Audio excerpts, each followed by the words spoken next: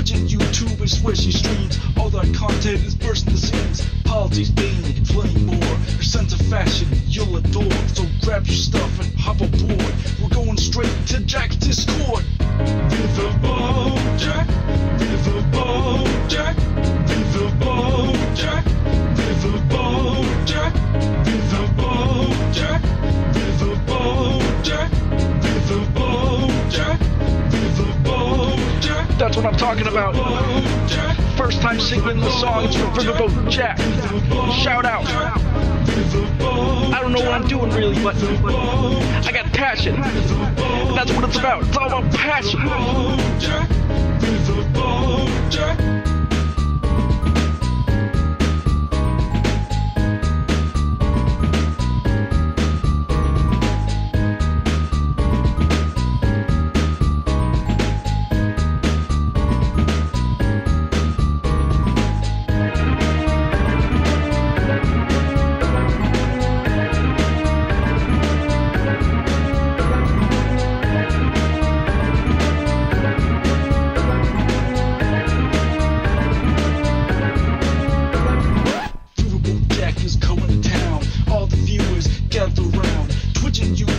Where she streams, all that content is bursting the seams. Politics, gaming, and plenty more. Her sense of fashion you'll adore. So grab your stuff and hop aboard. We're going straight to Jack's Discord. Riverboat Jack, Riverboat Jack, Riverboat Jack, Riverboat Jack. Hello, hello everyone.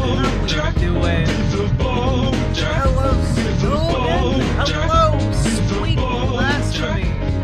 Hello, Eddie. 666. Hello, Jazz Dog, the jazziest dog we know. Hello, YouTuber Grudge. Hello, the Vegan Rancor. Hello, Meme Magician Official. Hello, Big Jerry. Hello, Uncle Simric. Hello, Punky Gal. Hello, Salty Turtle Cupcake. Hello, Yannick de Nulburg. Hello, the non-aesthetic witch. Stress ate Greek yogurt. There are worse things to stress eat. Hello, one-eyed atheist. Hello, Sage. Hello, Cane Dog Lover.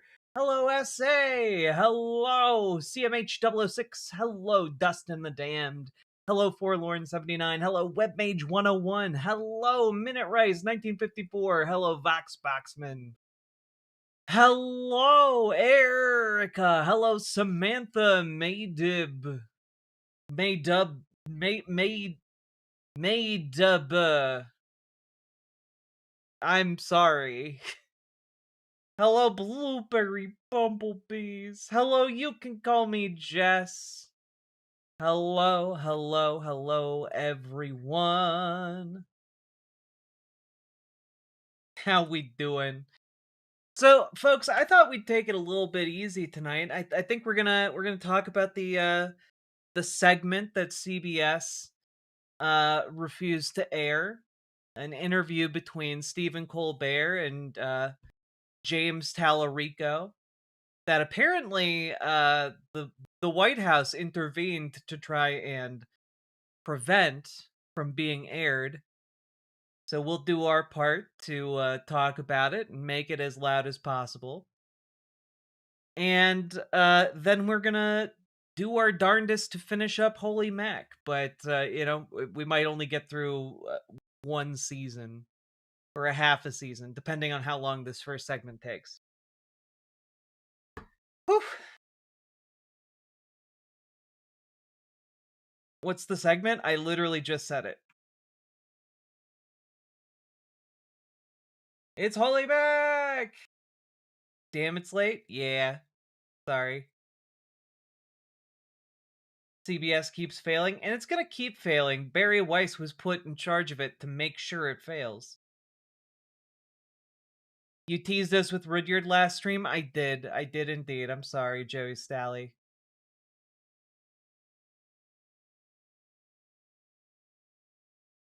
But you know what? I just want you to know. I am very proud of the mental horsepower you have. All right. Are you guys ready to dive into content?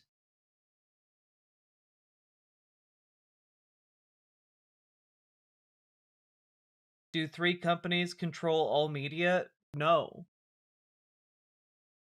Unless I'm secretly getting Soros bucks, I guess. Let's see here.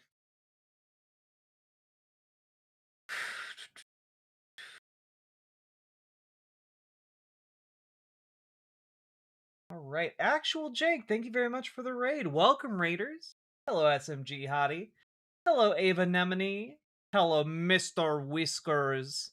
Hello, Poon Ages. Hello, Chillin' Millins. Hello, Clown X Royale. You guys have great timing, by the way. Hello, Chronic989. Hello, Papetos. Hello, Jazz Dog, the jazziest dog we know. You get a double hello. Showing up in all the chats. Hey, Profiley Face. Hello, Kitten Cupcake 420. Hello, Actual Jake. Hello, Dragon Princess. Hello, Macchionio. Hello, A Crossroads Witch. Hello, Nobody. Well, let's kick it off. Punky Gal, thank you very much for subscribing. Appreciate it. And hello, Cute Dark Arts. Hello, Chronic989. Hello, everyone. Welcome. Hello, Jayla Rose.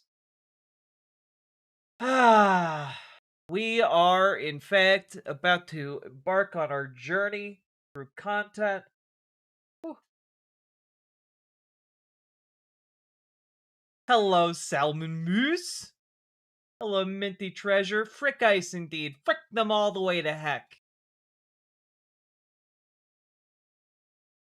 You went to the ICE meeting? It went great? I'm so glad, Odd Spectre. Uncle Simric, thank you for the $5 super chat. Much appreciated. Everyone, did you exercise today? The fascists did. Why haven't you? I did, and I might yet again. We'll see.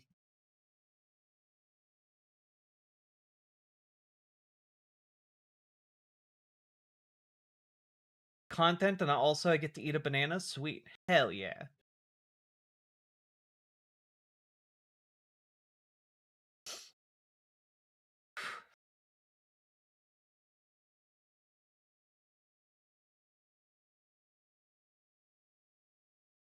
Ooh, resignation on the rent guidelines board in New York City? Ho ho ho. Oh god, I'm gonna sneeze. Oh god. God help us. Alright.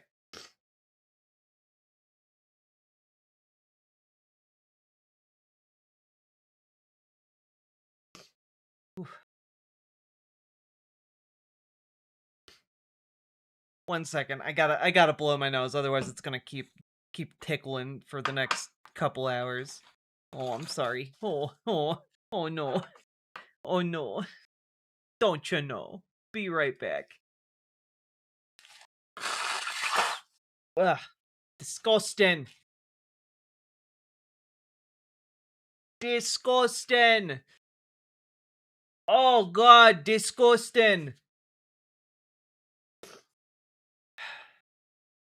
Okay.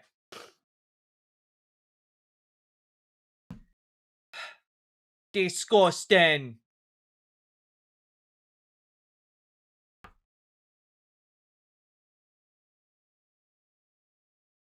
One like and I'll make a blowing your nose theme song for Jack. God.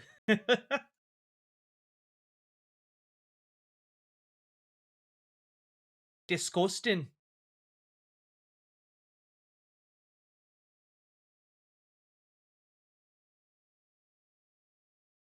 Alright. Holy crap, you're a redhead now? I've been a redhead for several years.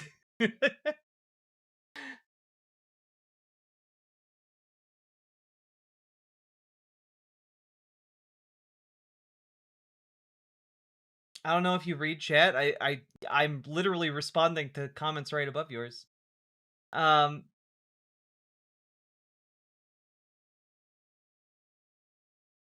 asked you about the Revolutionary Communists of America. You had it confused with the Bob Avakin one. What do you think of the Trotskyist one? I gotta be honest. I don't view it as a meaningful force at all in broader American politics. Now that might not that doesn't preclude its ability to have influence in, you know, localized communities. But I just don't see serious organization from any of the communist parties. So that those are my thoughts.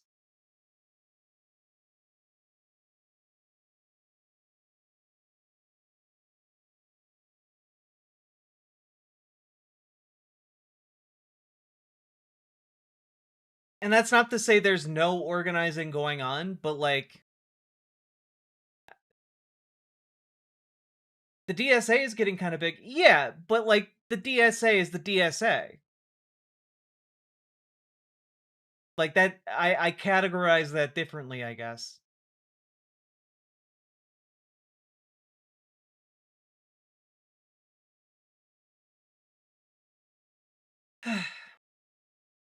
Like the DSA is approaching record numbers of membership, and I don't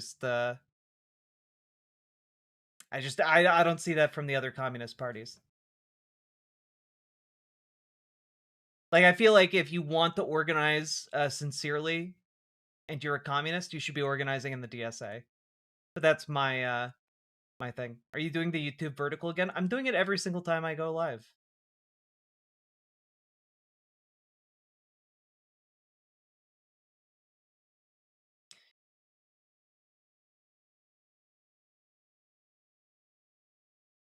But I will preemptively flip a switch on this because I feel like folks are going to be dinguses. Go. There we go. Nailed it.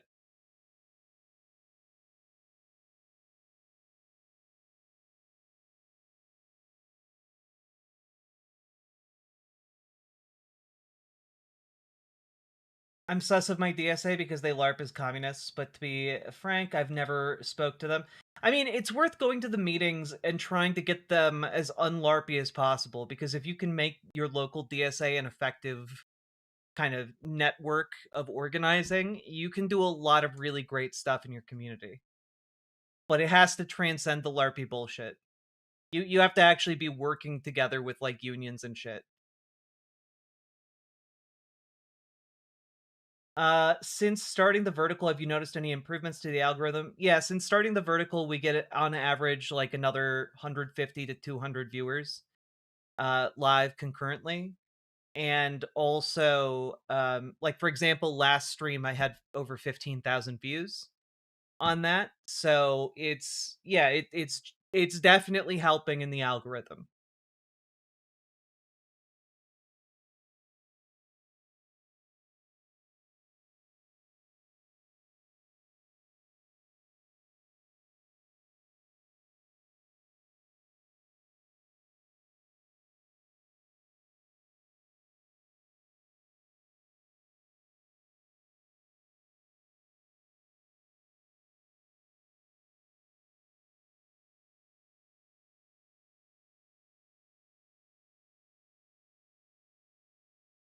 All right, you guys ready?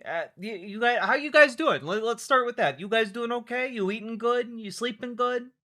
Probably not if you're watching me right now. Going to your local independent theater today to watch production of The War of the Worlds. Oh, that looks so that sounds so fun. That sounds so fun, Mithril. I hope you enjoy it. Hey, Super Dark Shadow Andy. Howdy, howdy.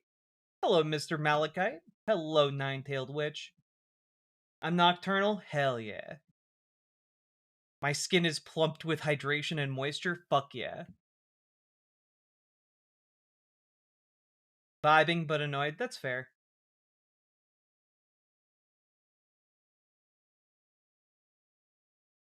Issue I have with the essays when their candidates get in office, they don't really do much. Like Zoran is good, but Julia Salazar hasn't done much. Well, yeah, but also we actually need to win in large numbers. Like, and once people are in office, they need to actually do the job of governing, which often has a number of roadblocks and constraints on your power as an elected official. But that being said, we should demand more, and of course, any politician that we put into office is going to be flawed. That includes Zoran Mamdani, by the way. At some point, he's gonna make a misstep, and folks are gonna be like, "Huh, I always saw it coming," and like, bullshit, bullshit. Morning stream for us Eurotrash? No, Euro treasures. Don't denigrate yourself. Damned Sputnik! Alright. Realize that we are working against inertia? Indeed, Nine-Tailed Witch. Indeed, indeed. I'm spiritually Australian? Then you're in good company. I'm sure there are a lot of others here who are spiritually Australian, as well as physically and nationality-wise Australian.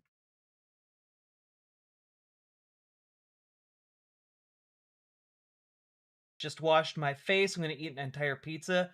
Fuck yeah, live your best life. All right. Australia mentioned. Woo, hell yeah! I love all you Aussies. Okay, you guys ready?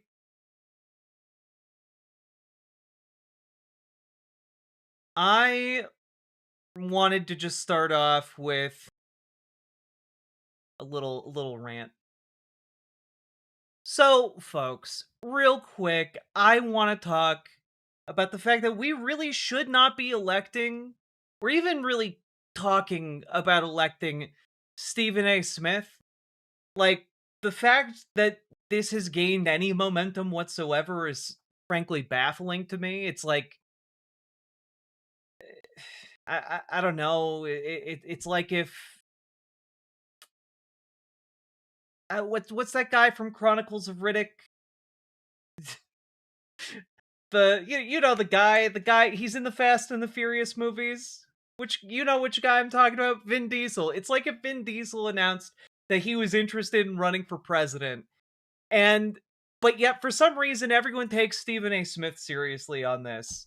And let's just take a quick look at this. Make no mistake. Well, that you can't take a quick look at that. That's there we go. About it, we wouldn't have a border crisis under my watch. Hell no. We wouldn't have this crime that exists in the streets of New York. You wouldn't hear about me saying defund the police. We ain't defunding any police. I'm calling 911 when there's a problem. I know you're calling 911 when there's a problem. I'll be damned if I'm going to have less police officers out there. There's going to be more. That's me. I would focus on a flourishing economy and making sure we did everything we could, because I believe when you have something to lose, you know how to behave. When you have something to lose, you know how to behave. If you have nothing, you have nothing to lose. And as a result, you're willing to tear down anything, even if it's America, because you feel betrayed by a country that's supposed to be looking out for you and positioning you to thrive instead of wallow in misery and suffering. So. And how we position people to thrive is with, a police state. We're going to put 10 times as many cops on the street. And hell yeah, some of them might be masked. Let's go. Like, this is just a terrible, terrible platform to have. Hey, you guys all know the police state you're currently living under and you all hate? Well, we're going to do more of that.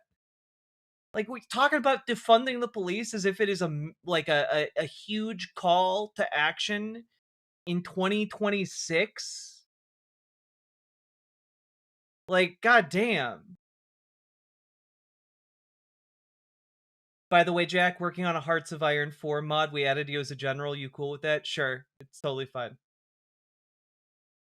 Of course, I would pay attention to the economy. I would pay attention to all of those things. Make no mistake. But number one priority, more cops. As President of the United States, I will hire more cops to invade your neighborhoods. And we're going to make sure they have something to lose. We're going you know what? We're going to come up with an entirely new type of police. We'll call them judges. And they'll get cool leather jackets and be able to ride around on futuristic motorcycles. Maybe hovercycles even. And they'll be given a license to kill. And, if you step out of line, blam, they can just shoot you on the spot. But of course they would never do that because they exercise perfect judgment and instead say, dead or alive, you're coming with me, scumbag. And then, you go with them because you have something to lose. And, the judges also have something to lose, which is to say the cool hover bikes and the super guns and the hover, the cool leather jackets. So this is a perfect system, and I for one, am here for the Stephen A. Smith regime. Super cool. We nailed it.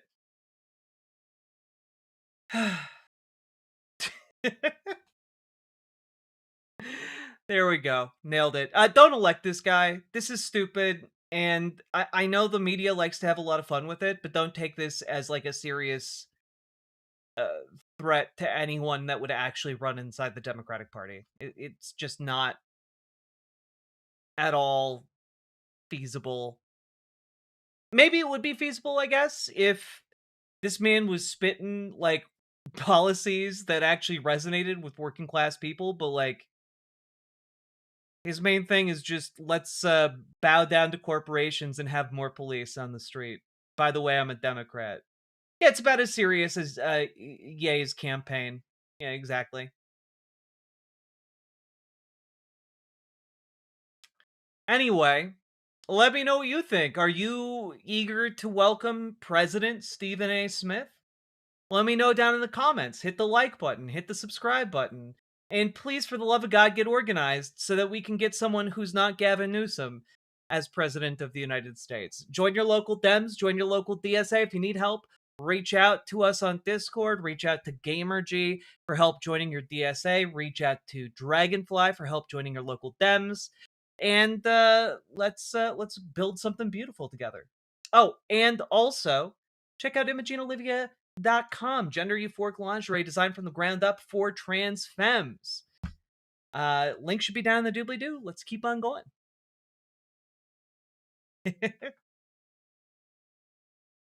Nailed it. Masterful segue. Thank you, Clown Royale. Went to a DEM meeting in my rural red area on the 16th and got our DEMs to demand an OPAC pledge, no leasing/property buying from ICE/DHS, no AI or crypto data centers as a Hell platform. yeah. It felt great. Hell yeah, Spot Dogs. This is why people need to show up to their local meetings. When you show up to your local meetings, you actually get to dictate what candidates have to support, if they're going to be candidates at all. It's an excellent way for us to prevent people from muscling their way into politics who do not share fundamental core values that we should all be fighting for, like getting crypto data centers out of our communities, getting masked men out of our streets as they attempt to abduct children, getting rid of corporate PAC money. Like, these are things you can do on the local level. And if enough of us do it, we can genuinely improve the entire country. We do not have to be condemned to live in this mediocrity.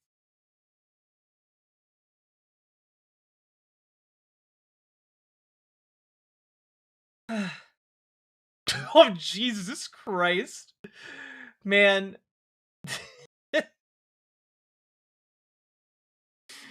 None of your arguments stand up to cross-examination, which is why you are forced to censor. God bless.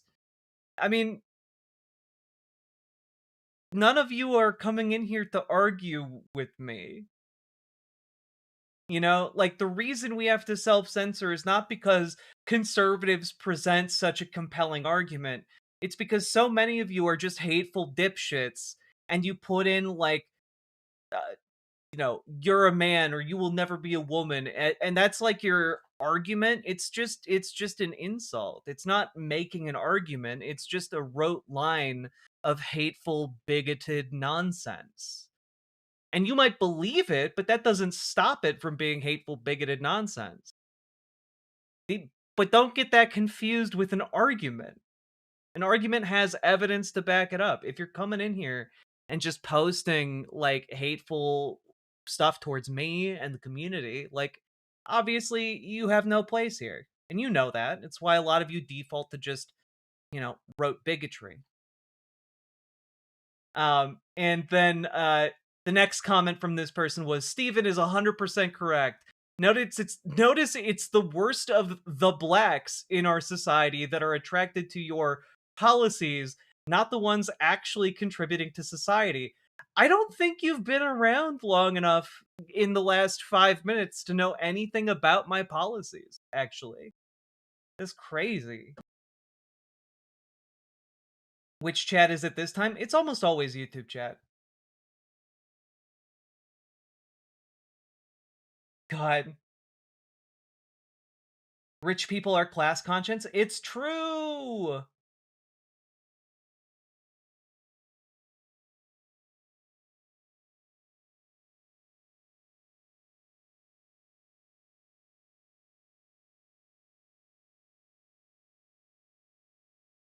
Twitch Twitch stays chill, to be honest.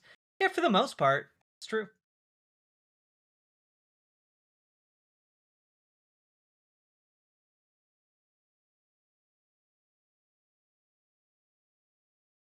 Let's see.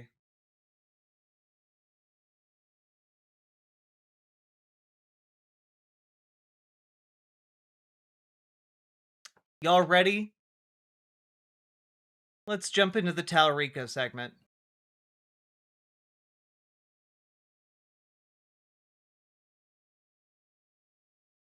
I heard this is where the low effort twats are. No. We've demanded that they be slightly higher effort twats.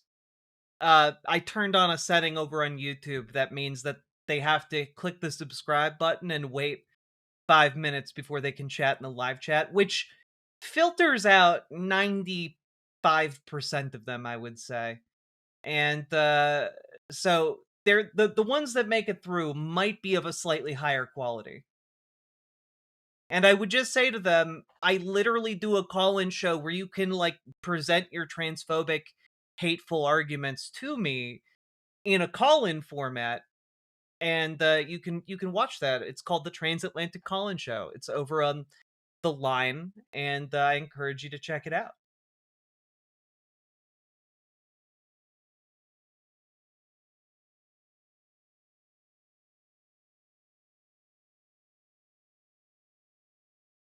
All right, here we go. I'm never ready. No, it's true. Hello, Amber Brains. How am I doing today? I'm doing all right, Trinity. I'm a little sleepy, but that's about it. Here we go.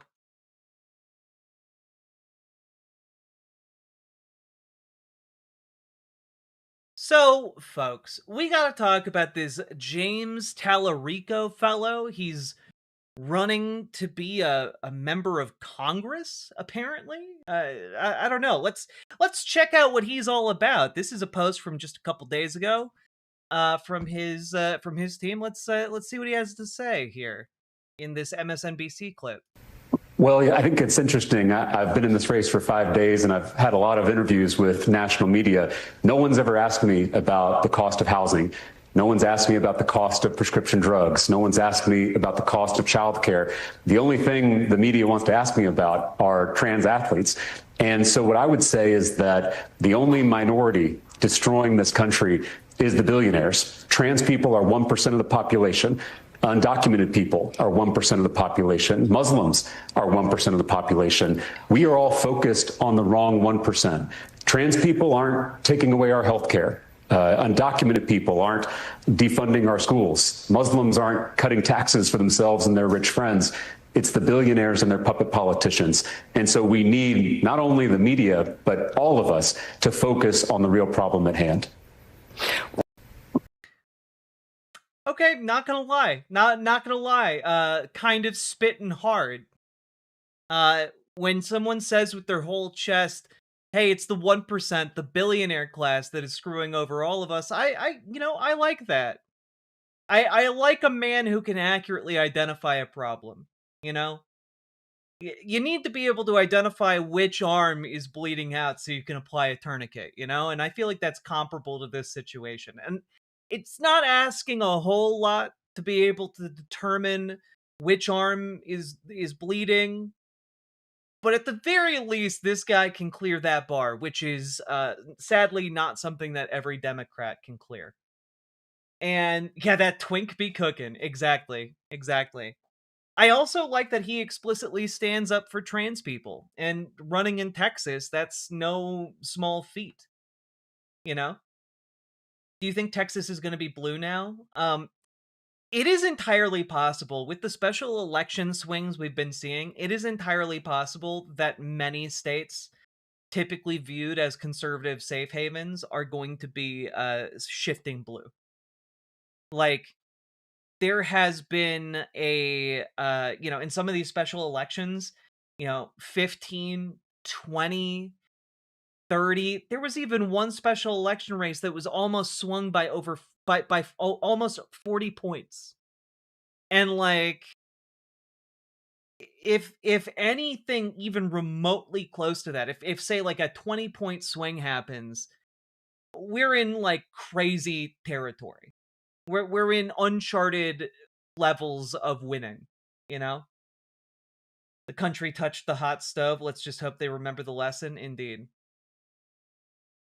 So it's going to be interesting to say the least. Now this James Tallarico has been campaigning. Right now he's in a primary against Jasmine Crockett, and they've been campaigning, but Tallarico managed to land a spot on Stephen Colbert's show.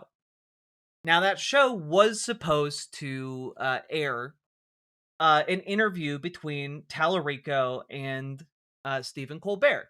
However, at the very last minute, apparently the FCC, at the urging of the White House, stepped in order to prevent the broadcast of this interview. And, well, I figured we'll take a look at it. Let's see what was so dangerous the White House had to step in.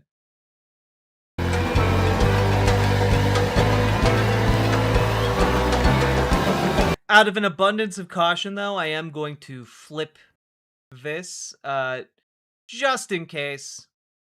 There we go. Welcome back, everybody. Ladies and gentlemen, joining me now is a representative in the Texas State House who is currently running for the United States Senate. Please welcome to the Late Show YouTube page, Representative James Tallarico. Let's go!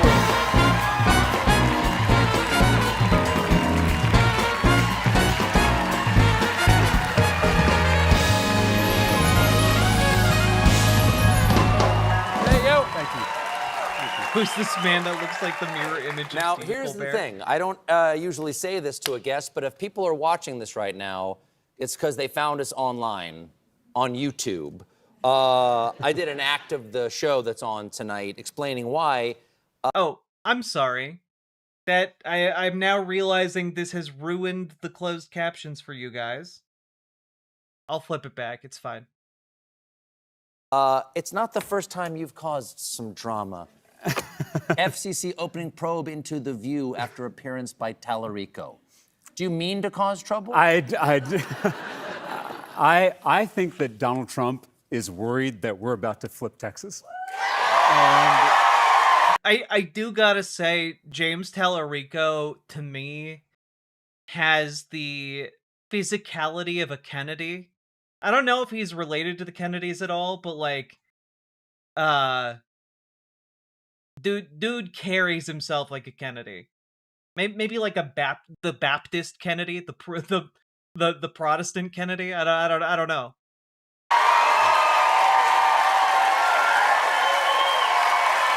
And Stephen, this is the party that ran against cancel culture, and now they're trying to control what we watch, what we say, what we read. And this is the most dangerous kind of cancel culture, the kind that comes from the top. Dude, like already he's nailing the rhetorical game. Like, just flipping it on its head, being like, yeah, look at them canceling us. Is that crazy? While calling out state censorship. They went after The View because I went on there. They went after Jimmy Kimmel for telling a joke they didn't like. They went after you for telling the truth about Paramount's bribe to Donald Trump. Corporate media executives are selling out the First Amendment to curry favor with. Whoa. James Tallarico coming out here in what appears to be jeans. Look at you, a casual man of the people. With corrupt politicians. And a threat to any of our First Amendment rights is a threat to all of our First Amendment rights. So I'm just, I'm real thankful. To fact check you, my network said our cancellation was a purely financial decision. Got it. And I remain very grateful for the last 11 years. Now, you grew up in Texas. Here you are. I did. There you are. You can prove it. Okay, that's cute as hell. They give you the adult boots as a child, and you're supposed to just grow into them. That's cute as hell. That's right. You served in the Texas House, and now you're running for Senate. The race, frankly, should not be as interesting as it is. Donald Trump won Texas by 14%. Why do you think this year Texas is considered a possibility by Democrats? Well, I'm an eighth-generation Texan. My family has been in our state since it was Mexico. And across... So you're going to get deported, is what you're saying. Across the state, there is a backlash growing to the extremism and the corruption in our politics. And I have traveled every corner of Texas already, from El Paso to Beaumont, from Amarillo to Brownsville. And we've had thousands of Texans showing up to rally with us. And I can't tell you the number of people who come up to me at the end of these events and whisper, "I'm not a Democrat," like it's some kind of secret. And we've recruited 14,000 volunteers who are out there doing the work all over our state.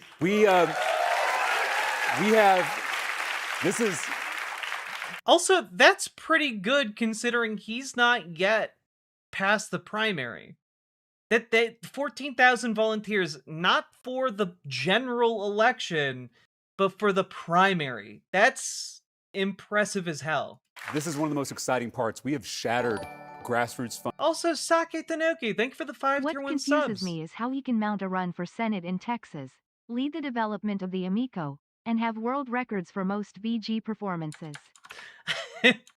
I have to be honest with you. I genuinely do have to check myself every single time I say his name, because my mouth wants to say Tommy Tallarico, and I know that's not the same guy. Oh God. His mom must be very proud. Oh, Chicago Cubbies PCA, you're voting for him in the morning? Hell yeah. Let us know how the voting process goes for you. And Sake Tanuki, thank you for the 2 tier 1 subs. His mom must be very proud indeed. Indeed.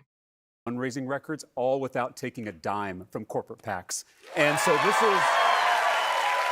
Hell yeah, we love a Texas cowboy that doesn't take corporate money. This is really... I take that back. This man's not a cowboy. But, I don't know. This man reeks to me of... He's got the sense... He's got the scent of like a pastor's kid. You know? I have no idea what his background is, but like, he strikes me as a PK. You know? It's a people-powered movement to take back our state and take back our country. And I feel like we're building something really special in Texas, and clearly Donald Trump has taken note. Now, one of the things... Cool. All right. Nice. I'm glad. Is he himself a pastor and the son of a pastor? I mean, that would make sense. Oh, former seminary. Oh, he was real serious about that shit. One of the things that's come up in some of the conversations you've had on the Texas State House floor, which some of the videos I've seen you do, and one of the things that's gotten you attention out there is that you are... He does have the look of somebody who's never said fuck in his life.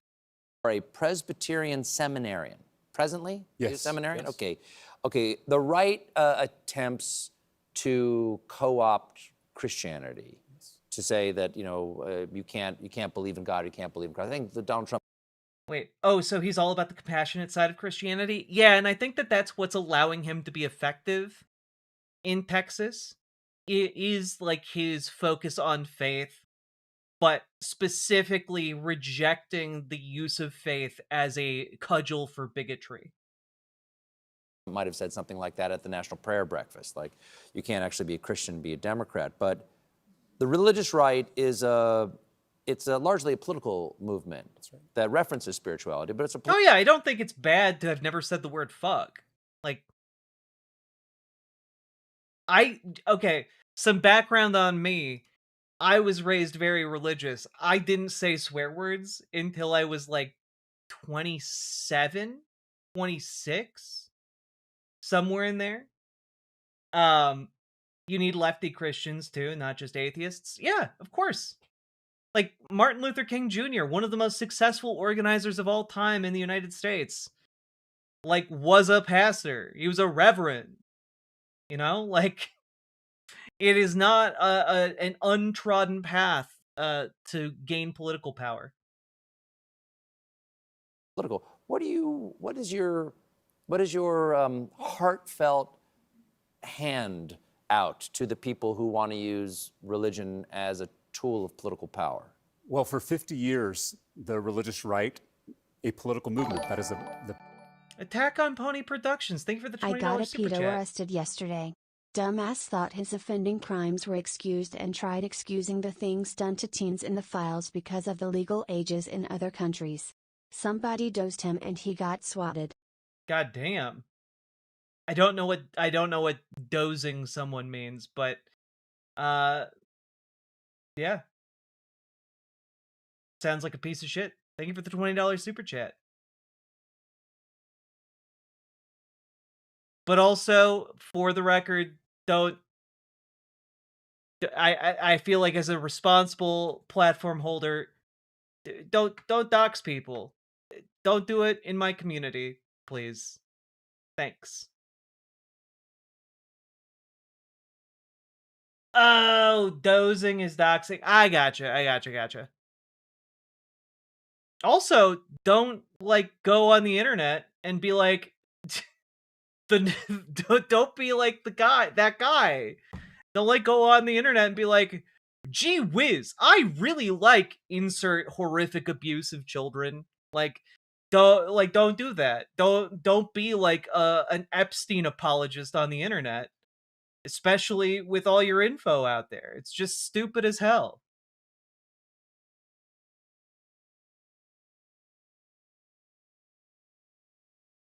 What if it's really funny? Nah, don't joke about it. the perfect description for it. They convinced a lot of our fellow Christians that the most important issues were abortion and gay marriage. Two issues that aren't mentioned in the Bible, two issues that Jesus never talked about. Jesus in Matthew 25 tells us exactly how you and I and every one of our fellow believers, how we're going to be judged and how we're going to be saved. By feeding the hungry, by healing the sick, by welcoming the stranger. Nothing about going to church, nothing about voting Republican. It was all about how you treat other people. Don't.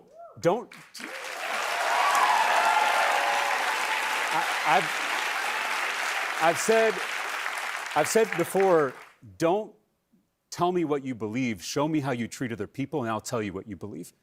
And I think in our faith, we've got to get back.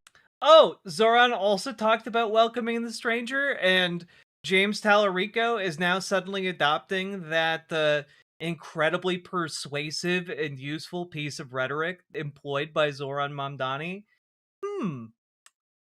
Looks like at least some Democrats in the party are in fact taking notice of what is working from Zoran Mamdani and incorporating it into their campaigns. This, again, should be the blueprint for what every single Democrat in the country does. Back to those fundamentals. My granddad was a Baptist preacher in South Texas. And when I was little, he told me that Christianity is a simple religion. Not an easy religion, he would always clarify, but a simple religion because Jesus gave us 2 commandments: love God and love neighbor. And there was no exception to that second commandment. Love thy neighbor regardless of race or gender or sexual orientation or immigration status or religious affiliation. And it's why I have fought so hard for the separation of church and state in the state capitol in Texas, because... Well, I want to ask you about that. Yeah, please. Because you did, as a state rep, you fought against the a bill requiring the 10 Commandments to be displayed in schools. That's right. Why, even on that level, do you think it's important to keep the separation, not just for the state, but for the church? Well, because we are called to love all of our neighbors, including our Muslim, Jewish, Buddhist, Hindu, Sikh, agnostic, atheist neighbors, and forcing our religion down their throats is not love. And it's why I have fought. God, you don't have no idea how good that feels after spending a lifetime in the church listening to people say the exact opposite. It's why I fought so hard for that sacred separation in our First Amendment, because my granddad, he raised me to believe that that boundary between church and state doesn't just benefit the state or our democracy, although it certainly does, but it also benefits the church. Because when the church gets too cozy with political power, it loses its prophetic voice, its ability to speak truth to power, its ability to imagine a completely different world. And so this separation between church and state is something we have to safeguard. It's something we have to fight for.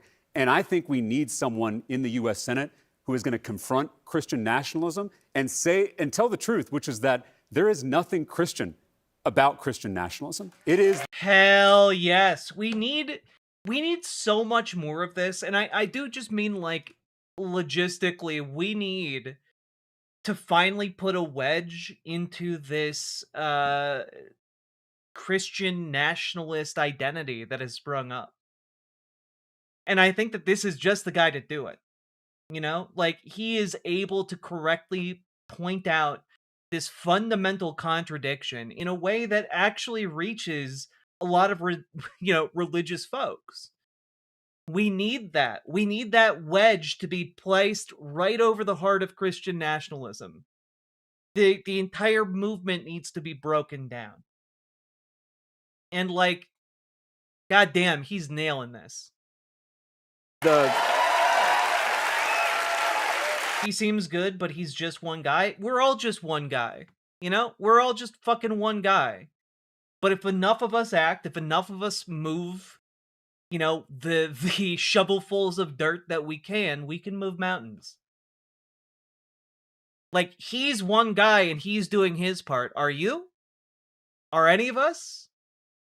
We each need to do our part. Which is why every single segment I end with a call to you guys to get involved with your local Dems, to get involved with your local DSA, and to make your Democrats more radical. Make your Democrats actually fight for you. Make your Democrats actually give a damn, and make your DSA organized and effective and able to influence the political outcomes on the local level. We each need to we each need to carry our shovel full of dirt. So, like, that's what you need to do. You need to show the fuck up. This, by the way, is also the solution. I know that a lot of people are worried about the midterms and worried about the elections. Jack in chat. I love this community. Love this interview too. I shall miss Colbert when he's gone. And R.I.P. Robert Duvall. Broken heart emoji. True, rip Robert Duvall. I don't think when Colbert loses his show, it's going to be his last show. But also, thank you for the membership, Patrick Lucas. And I will also say that if you are worried about the election come the midterms and come the general in 2028, then the solution that you have right in front of you is to get personally more involved. Volunteer. Become a poll watcher. Be one of the people who works the polls. Get together a large group of folks and go. The more of us that go together, the more of us that show up, the more of us that help out at polling stations, the more free and fair our elections are. So we each need to do our part, is what I'm saying. It is the worship. It is the worship of power in the name of Christ, and it is a betrayal of Jesus of Nazareth. And I just want to thank you. It's fucking idolatry. I've talked about this before, but like Christian nationalism is goddamn idolatry. It is blasphemous in its nature, and it covets power in a way that is sacrilegious. It is an insult to God. And I say that just from the roots of my being, and I would have said this to you years ago, before I stopped being religious. You know?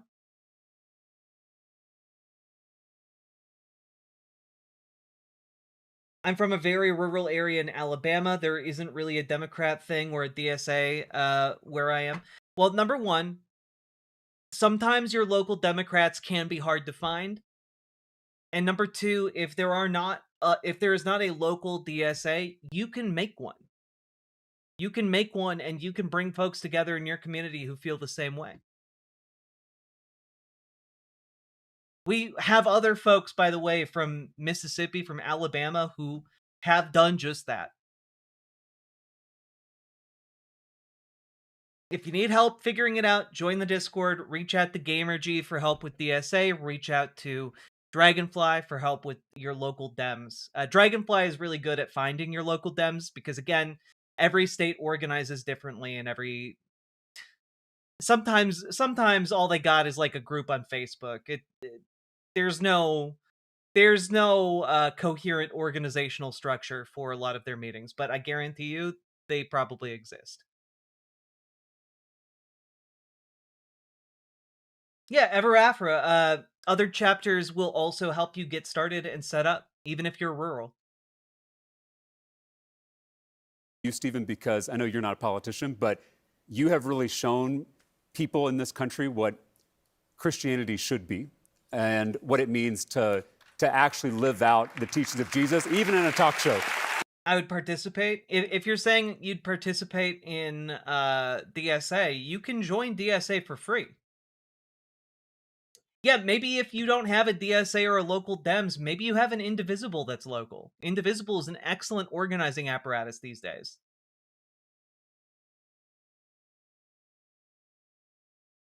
The Birmingham DSA is huge and would most likely see if they could help out. Hell yeah, Gummy. Hell yeah. Wait, really? Yep.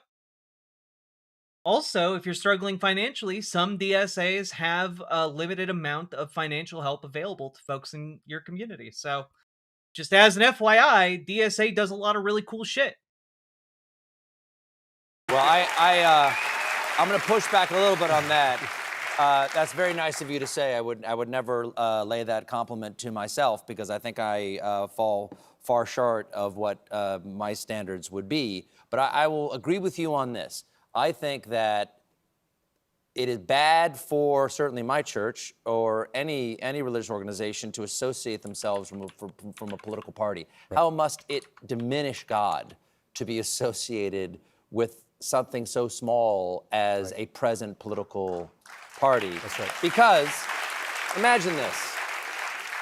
Imagine that you managed to co-opt Christianity. Imagine if you managed to convince everybody that Jesus was on your side. If you then lose the election, sounds like you've got a pretty weak Jesus. Yeah, that's exactly right. And that's the key is you don't want to fit the big thing into the small thing. Mm-hmm. And God is the... I mean...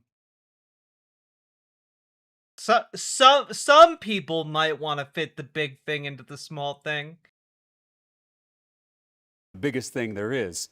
And so to try to fit God into a political party, whether it's the Republican Party or the Democratic Party, you've got it reversed. And so it's... Yeah, look, fitting God into a small thing like that, it can really represent a burden, or even a load. Not only can you take a load, You can take the ultimate load. Oh, oh my. The ultimate load, even.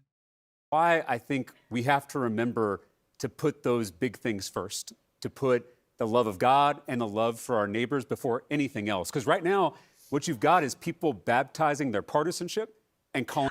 I'm being quite irreverent here, but I think that what he's doing is incredibly excellent and needed. You know, like, this is a message that is going to penetrate deep red spaces in Texas and resonate with a lot of folks who have been feeling more and more squeamish with what Trump is doing, what Christian nationalism is doing, and folks who care about it in a vastly different way than a lot of us over here on the left care about things. You know, for example, I don't give a shit about the integrity of the church. I personally have viewed it as incredibly fractured and uh unwhole for a long time, but there are people who just they live in their bubble and they don't really see the abuse of the church at the hands of Donald Trump, and it is profound. It is profoundly deep. That Christianity, when in reality, your politics should grow out of your faith, not the other way around. Now, there's been some attention on your race in recent weeks after a TikToker that you met in person says that you privately said to them, and I want to get this quote, and they attribute to you, right? This person says, you said, I signed up originally. Also, props to Stephen Colbert for even asking this question. This isn't a softball interview. This is a difficult question to put to him. It's one of the most uncomfortable things his campaign is going on right now. To run against a mediocre black man, not a formidable and intelligent black woman, supposedly in reference to Colin Allred being the black man, and you've denied this. Yes. Okay. You denied that you ever... Terry Caro, the COVID vaccines weren't deadly. They saved millions of people from dying. Over 1 million Americans died in this country from COVID. Stop spitting on all of their graves. Never said that. That's correct. Okay. Allred continues to talk about it, even though he's no longer running for the Senate, correct? Right.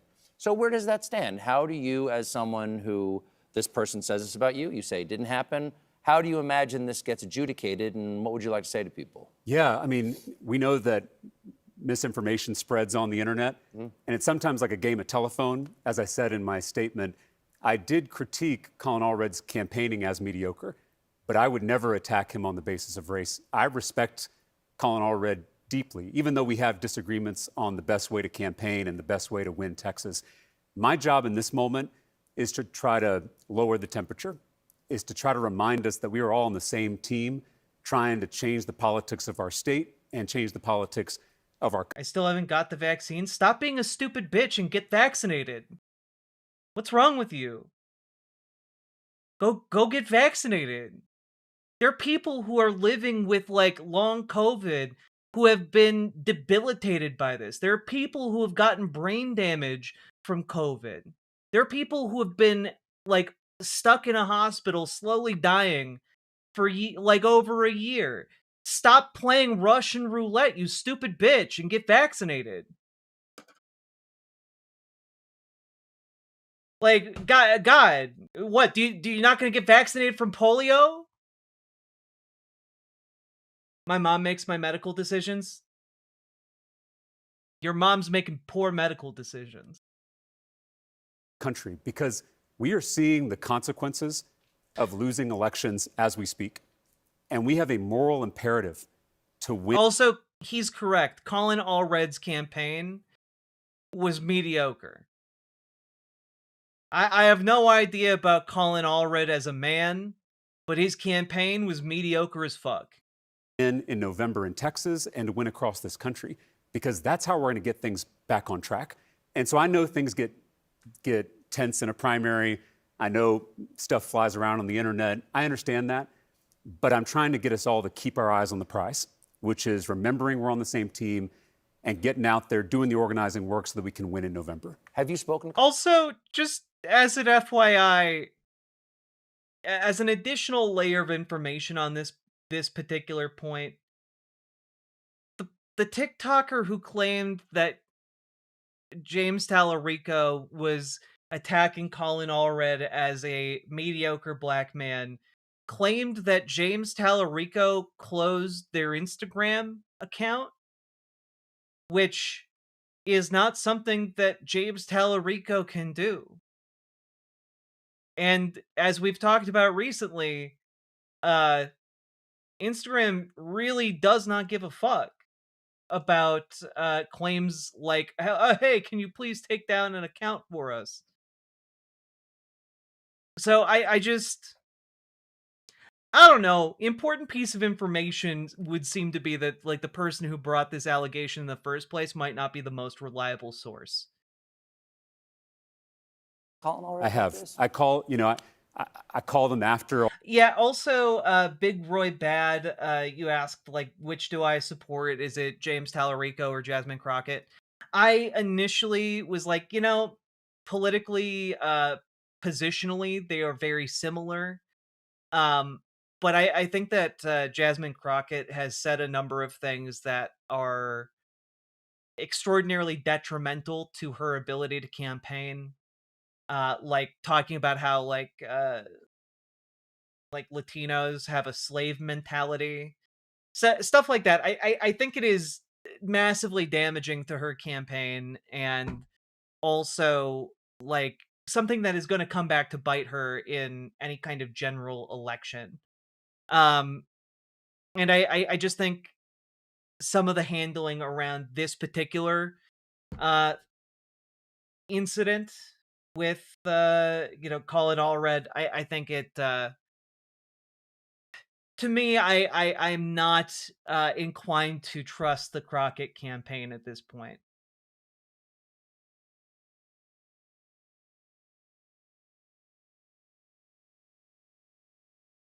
All this stuff came out, and Like all things being equal at the beginning, I was kind of like, let the best candidate win. Let him peacefully duke it out, and we'll see who wins. I really have no preference here. And now I'm in the Tallarico camp. And also I have some concerns over like Jasmine Crockett's connection to like crypto and some of the money that she's taken. And rhetorically, I think Tallarico's really, really strong. I like that Crockett fights, but I don't think that's enough for where we're going. And if we're looking at both these candidates, I think Tallarico fights in his own way, in a way that might be more beneficial. So that's just kind of my breakdown of that at the moment in a very broad sense, just to give you guys an idea where I'm at. and everything started to blow up. Just to reiterate what I said in my statement, that I do respect him. And how did that conversation go? I don't want to reveal anything in a private conversation, but I hope that he and I walked away with a better understanding of each other.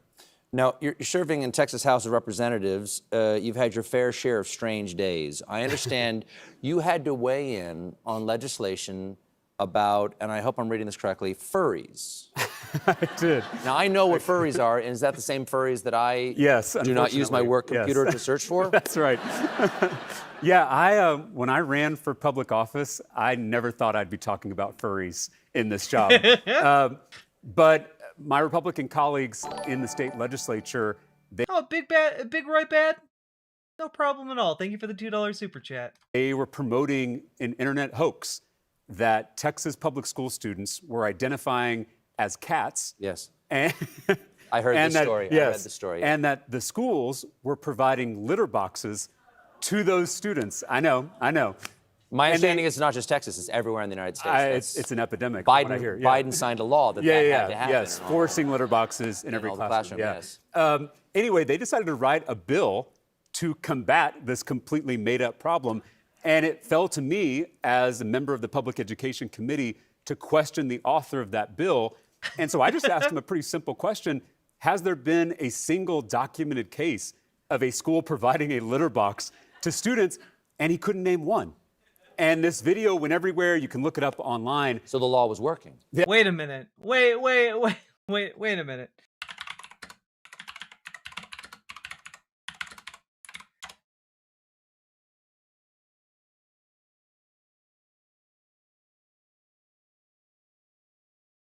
Chair recognizes Representative Tallarico.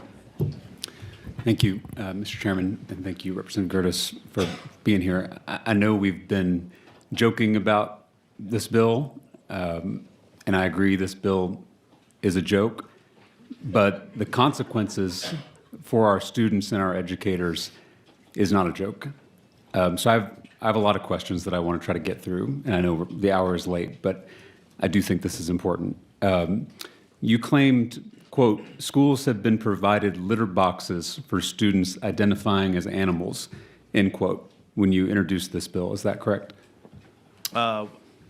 When did I do that? That's a direct quote from your press release announcing the bill. Provided litter boxes? I'll read it to you again. The quote is, schools have even provided litter boxes for students identifying as animals. Do you recognize that as being one of your quotes? I'll take you for your word. Okay. Can you name a school where it has been confirmed that students are using litter boxes? Well, what we do with this bill is we prevent that from happening, but what we don't take out, and I know we've talked about some active shooter situations. Can you also pass a bill that prevents people's fingers from turning into sausages?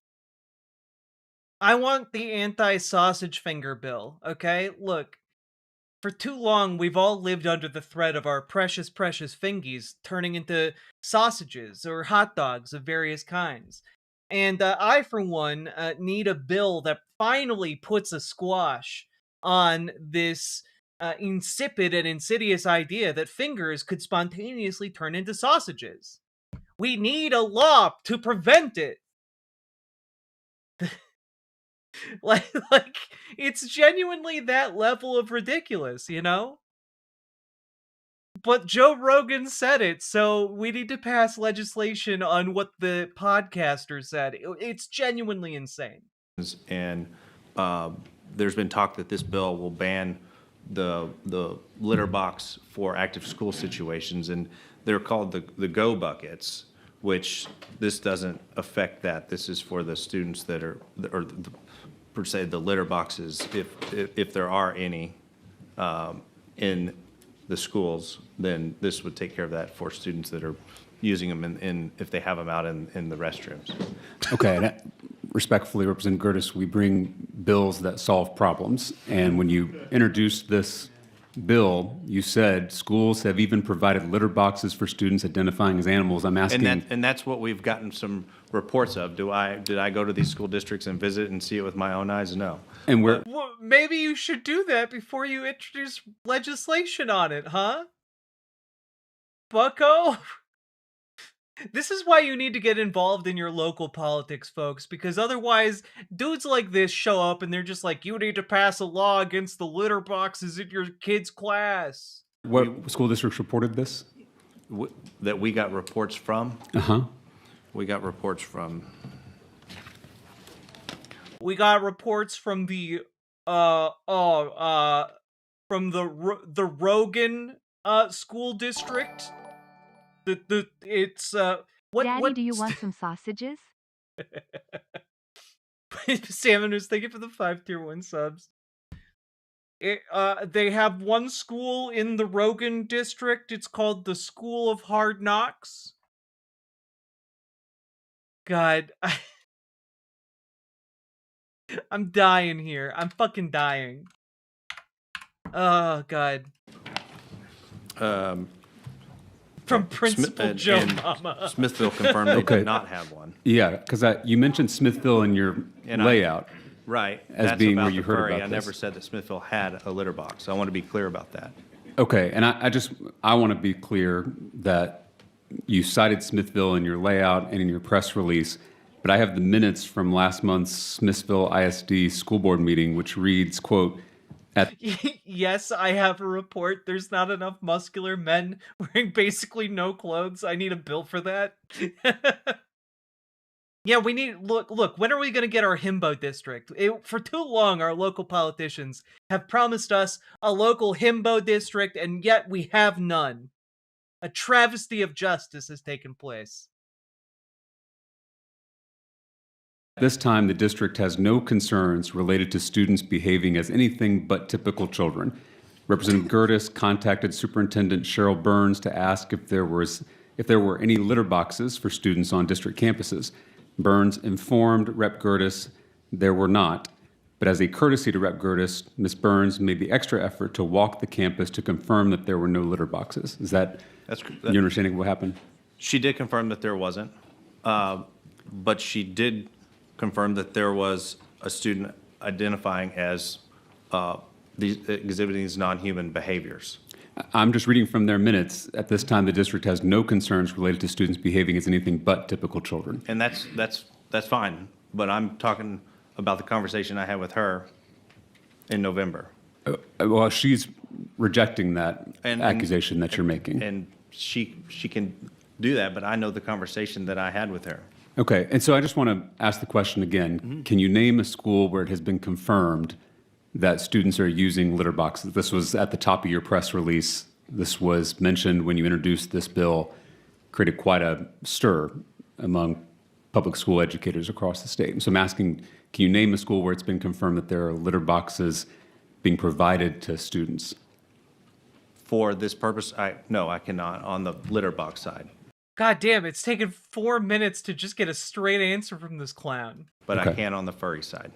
So your tweet about this bill was flagged by the app itself under their community notes, and their fact check said sensationalist claims about furries literally behaving as animals and receiving accommodations such as litter boxes have been repeatedly debunked as hoaxes. Is that correct? It was flagged on, community notes? Okay. I find it concerning that these types of debunked conspiracy theories are being used by politicians at the highest levels of our government, including in this legislature, who know that they're incorrect. Are you aware that Governor Abbott said, quote, kids go to school dressed up as cats with litter boxes in their classrooms? God, Republicans will really just go out and say, like, any fucking thing. Just anything. It doesn't matter. They don't give a shit if it's true or not. They'll just go out and say it with their whole chest. They're being the cats. They're being the dogs. They're being the pets. The people that live there. Oh, when Donald Trump was saying that he was worried about the children. What if they identify so hard as cats or identify so hard as dogs that they get eaten? It's a problem in Texas, apparently. Also, Sake Tanuki, thank you for the 5 tier 1 subs. Much appreciated. And I just have to say, like, how does this conversation go on for another 13 minutes? How can Republicans believe this shit? They believe this shit because they're willing to believe any kind of hateful slop that remotely conforms to their preconceived ideas. Full stop, end of story. Like, it's just confirmation bias. It's the same way that, an AI chatbot, like, feeds into people's delusions and just slowly drives them more insane. It's just that this particular AI chatbot is done on an algorithm designed by Rupert Murdoch. You know, like it's designed by Fox Corp and the Newsmax and One America News. It's been designed by these corporations that are all owned by billionaires. And it creates media bubbles that are very difficult for them to escape.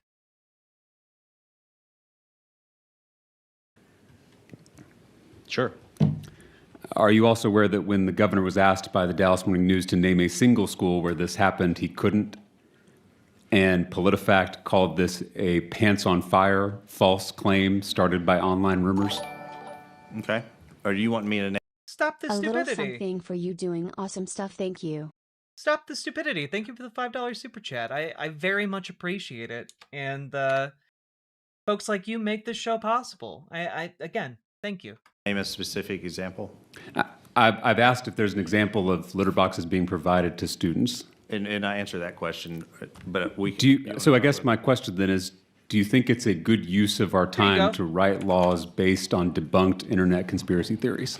Well, this isn't, this piece of legislation before us covers that among other things that are true. A whole host of other things that I'm more than happy to talk with you about. I guess my concern is that instead of holding a hearing about student mental health, instead of holding a hearing about school closures across Texas. Underage drinking, I'm sure that's something that occurs in Texas. We are spending precious legislative time toward the end of this legislative session on a bill called the Furries Act. And honestly, Representative Gertis, this whole thing is just weird and honestly a little creepy. And I think that's the point, because this is all, in my opinion, a manufactured, debunked smear campaign against our Texas public schools. Absolutely not. And one of the reasons that we're here, you know, I live in a small town. And when I live in a small town, and I heard that another small town, just like mine, that is entirely fictional, was allowing children to use litter boxes in the classroom to piss and shit in. And I'm just really concerned about that because I really care about hygiene. All right? And these kids, they're too young to know about germ theory. They're too young to know about pissing and shitting in a toilet. And frankly, I'm worried that that fictional town might become all too real. So we need legislation that will prevent children from shitting in litter boxes. Everywhere, every when. Fictional or non-fictional. And I also humbly submit that my bill to ensure that no American's fingers spontaneously turn into hot dogs also get passed. Thank you very much. one of my administrators just tells me in our conversation when we were talking about this that they didn't have the tools to stop it. That they didn't have the tools to stop the thing that wasn't happening. is one of the reasons that I'm here, because we just want to Jimmy, help them have the tools to get some of the distractions out of the classroom so we can get back to teaching time and stop the distractions. But Representative Gertis, that's the bottom line. Respectfully, the distractions you're talking about, the ones you use at the top of your press release, you just told me you can't name a single documented case of that actually happening. On the litter box, but the furries, I can. Well, you got me on the litter boxes, but you know, I know furries are real. It's like, okay. What child going to school in rural Texas has the monetary ability to procure a fursuit? Just genuine question. Do you think Republicans have any idea how expensive a fursuit is? Like, those things are basically super suits. They have like entire technological wonders built into them in order for the people who put them on to not die of overheating. You know, like, statistically at least a few. I mean, I guess, but like, genuinely, I don't think they want to wear them to school. Like, they're gonna get wrecked at school, and by that I mean like the literal fursuits. You know. Yeah, it's several $1,000s for a fursuit. You can and that's where, I mean, the bill says in here litter box, but it also says and you use litter boxes to literally roll out this bill to the public. Well, we want to make sure it covers the watershed. And it's not just you. I mean, Governor Abbott has used this litter box rumor to paint our schools in the worst possible light. My grandson wore a duck outfit to preschool. It's happening. God, I hate everything that the conservative movement offers. I don't understand how people fall for this. He even used the litter box conspiracy theory to push his private school voucher bill. Yeah, look, we need a bill. Okay, guys, we need a bill to stop the litter boxes. We need a bill to stop the furries. We need a bill to stop fingers from spontaneously turning into hot Is your dogs. kid a furry? They may have a future in systems administration. Or the nuclear power industry. Or the nuclear weapon industry, but we don't talk about that. Salmon Moose, thank you for the 2 tier 1 subs. And also, like, we need a bill. We need a bill that will stop the furries. They're the dastardly furries. And we need to outlaw Halloween. Okay, thanks, bye. I think that's because if you want to defund neighborhood schools across the state, you have to get Texans to turn against their public schools. So you call librarians groomers, you accuse teachers of indoctrination, and now you say that schools are providing litter boxes to students. That's how all of this is tied together. That's how I see this bill. It's how a lot of educators across our state see this bill, as part of a smear campaign. I mean, these culture war attacks are nothing more than an effort to discredit our public schools, to justify defunding those public schools. Well, we're not trying to. All we're trying to do is provide the tools that ducks I are was terrible told people. they That's true. Ducks are terrible people. Except for the ducks that moderate our chat sometimes. didn't have to stop this type of. We just went over the school in your district that you cited in your layout has come out and said that it's false, that there are no children acting as animals and there are no litter boxes on the campuses. Well, in that conversation that I had with my superintendent, I took her at her word. I believed someone at their word without doing any additional fact checking. And then I wrote this bill. It's not my fault that this bill is a dumbass, is the work of a dumbass, says man who wrote the bill. I would hope so. Right. And the fact that they had to come out, your own school district had to come out in their public school board meeting and debunk the false conspiracy theories that you were peddling is a problem. And it has real world consequences for our educators. And so I just don't think we should be spending the last few days of this legislative session on a bill that is searching for a non-existent problem. And I do think that we should be spending our time actually improving student outcomes. Why are these people so stupid? Because they're ideologically committed to the outcome of the bill. Like, I guarantee you, this guy does not give a shit about litter boxes in the classroom and is instead using this bill as a Trojan horse to get other backdoor means of cutting school funding. Like that. The thing is, they assume the mantle of stupidity. They push obviously stupid bills in order to arrive at the desired outcome that they have, and they're just willing to weaponize a convenient narrative in order to arrive at that conclusion that they want. It doesn't matter if that vehicle is a bunch of lies, they will attempt to use it anyway. And too often, they've gotten away with it, which now leads us to a point where their lies are becoming more and more extreme and obvious. Texas librarians are not grooming kids, Texas teachers are not indoctrinating kids, and Texas schools are not providing litter boxes. Oh yeah, no, very true. Do not Google duck penises or duck vaginas. Ducks are terrible people. Don't do it. Just evolutionarily, they are terrible creatures.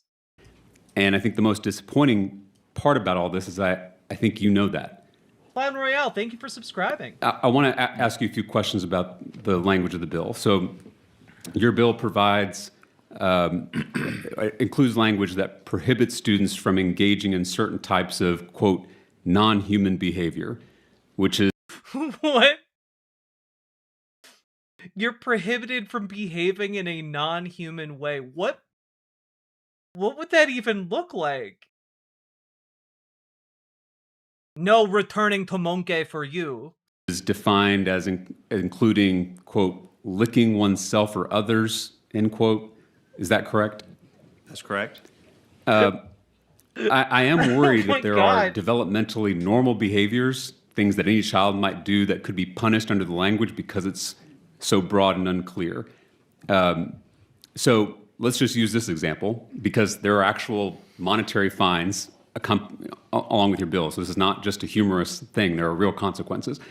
If a student eats Cheetos and then licks the cheese dust off their fingers, would that be considered licking oneself? Yeah, that's not a non-human. I want to return the monkey. Illegal in Trump's America.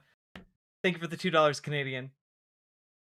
God. behavior if you're licking your fingers because you got food on them. That's kind of in line with the normal Excuse me, dogs will lick peanut butter off of their own paws. I've seen it happen. It's clearly a non-human behavior. behavior. But you're defining non-human behavior as licking oneself or others. If it's in this non-human behavior realm, the intent of the bill is if for The reverse is far more likely. What is this? Oh no, no, no. What is this?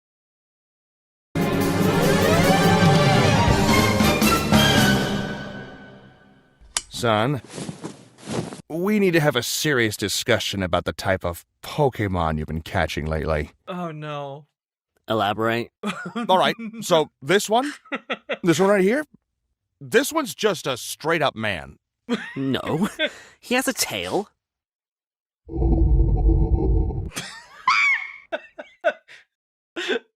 Oh god. Fuck. That was really good. Thank you for the 5 tier 1 subs, Sake Tanuki, and also for the comedy.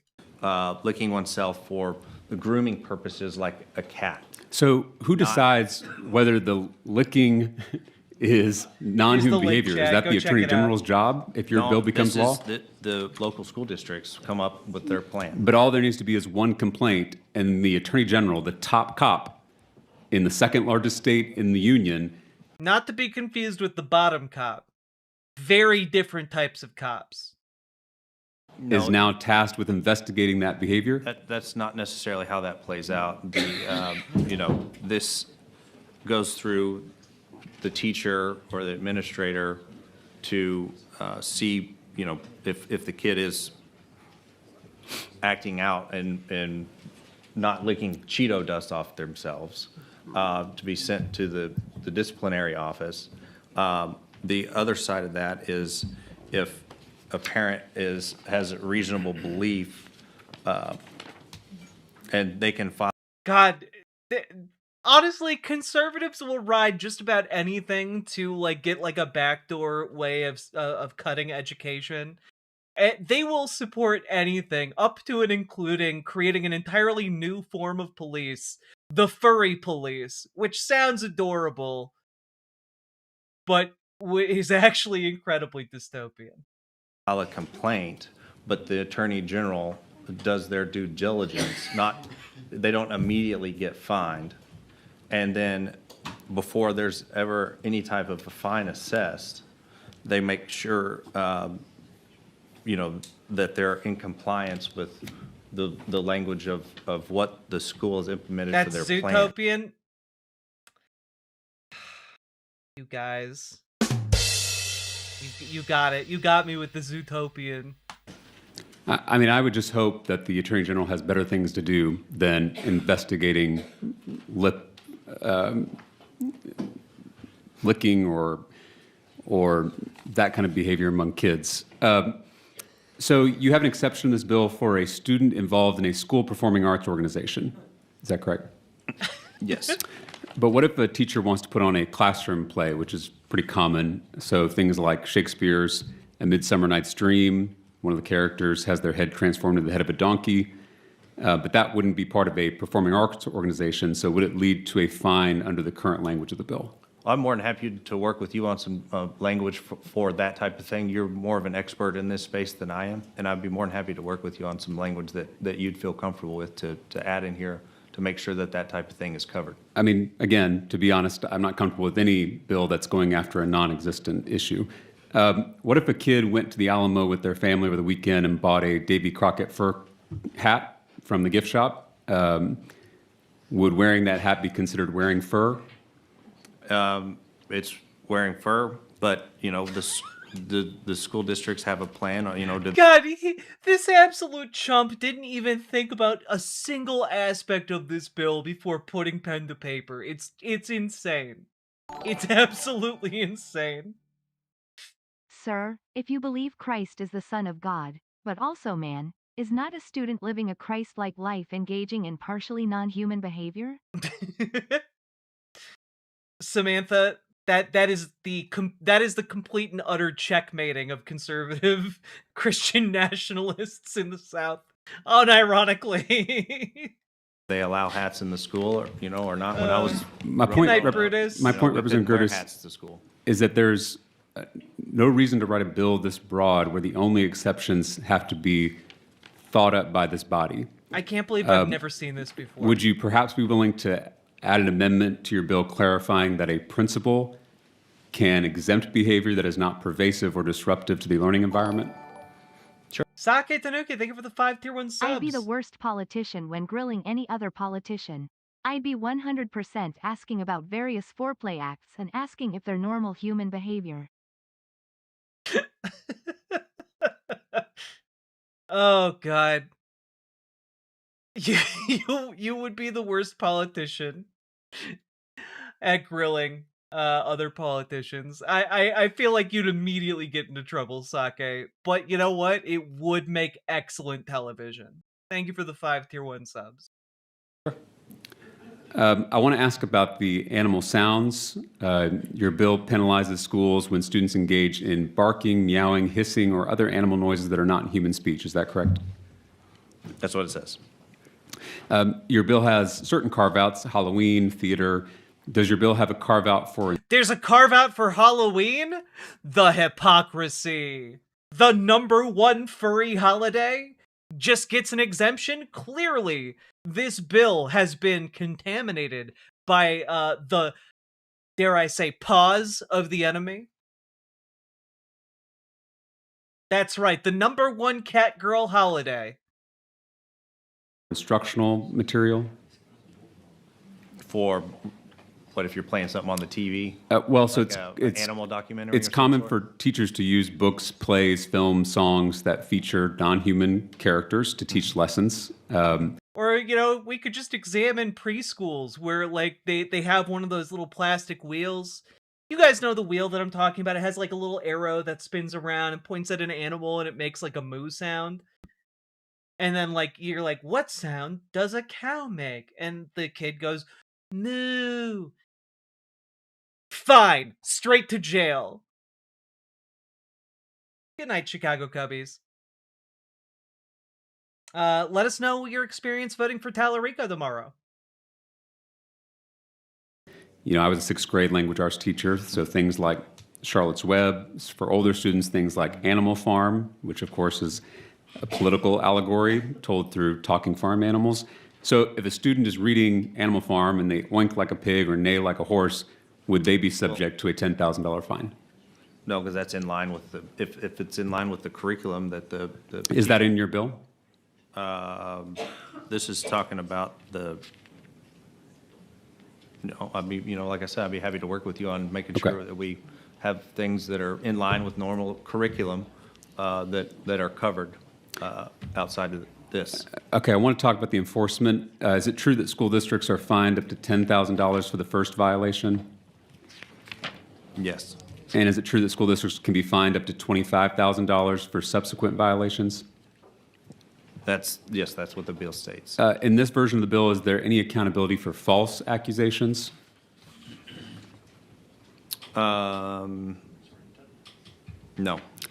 Okay, because accusing a school district of encouraging students to act like furries is a pretty serious allegation, and it isn't hypothetical. So just a year ago, an individual accused one of the school districts I represent, actually the school district I grew up in, Round Rock ISD, of lowering lunch tables so that students could eat like dogs. Beyond the absurdity of that, the superintendent God. had to make clear that the school lunch tables could not even physically be lowered. But those false allegations caused serious harm to our school district and took time and attention away from the classroom, away from teaching and learning. Now, I imagine that those kind of frivolous tweets or Facebook posts, conspiracy theories, I imagine what those would do if they came with the full force of the Attorney General and his office. I mean, defamation is a very serious threat that I think this bill opens the floodgates for. So for the AG, is it true that your bill gives the job of investigating furry behavior in Texas classrooms to the Attorney General? Yes, they're the ones that would look into the complaints. So we're sending the Texas Attorney General to investigate Texas public school children based on claims made by just anyone? On parents of...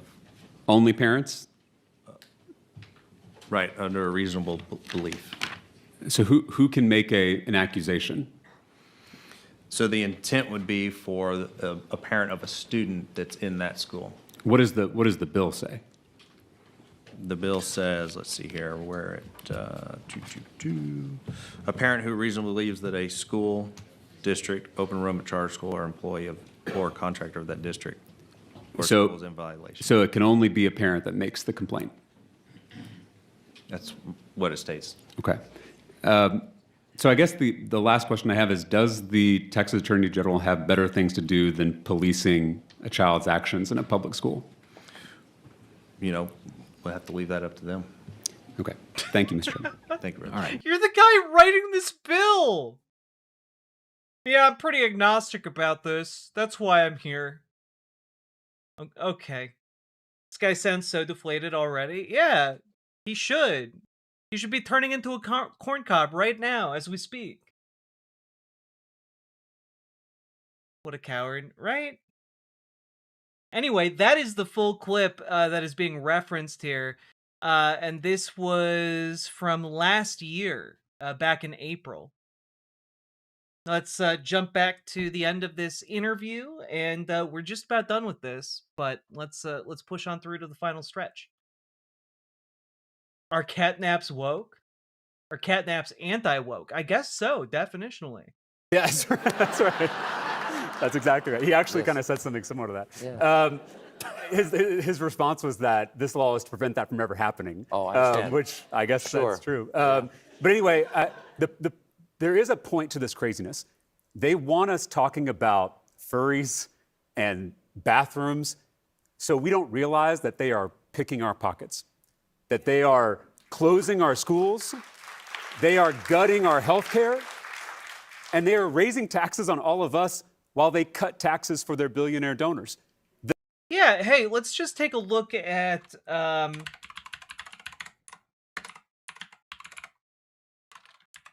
just take a quick look here. Do I have a little yeah, here we go. Here we go. Cool stuff. So, just taking a quick look here at one of these graphs. Here, this would be useful to us here. Oop. Cool. So, here is the wealth contained by the bottom 50% of society in the United States, and the wealth of all U.S. billionaires. Let's take a look.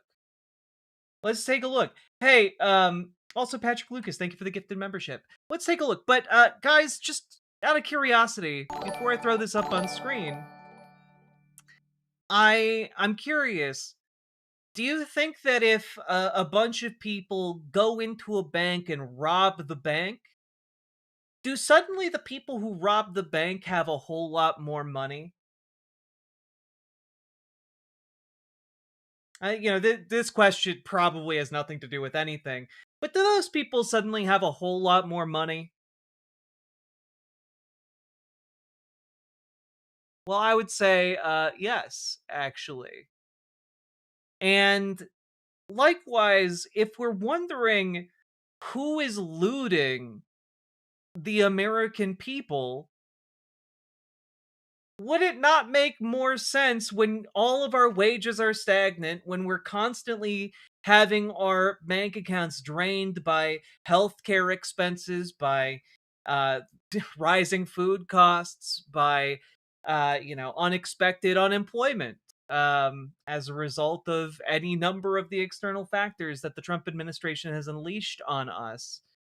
Um, Maybe the solution here to figure out who's doing the looting of America lies in looking at who has the most money, just as a basic rule of thumb. Oh, look at this. Look at this handy graph I found. This handy graph shows 1990 to 2021. And as you can see here, back in 2021, the billionaires really started increasing. Let's take a look. Can we find a 2026 graph here? Let's just take a quick gander.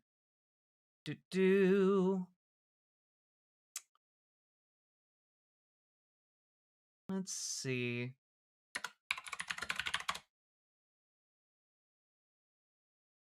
I want a better aggregate graph. Show it to me. I don't.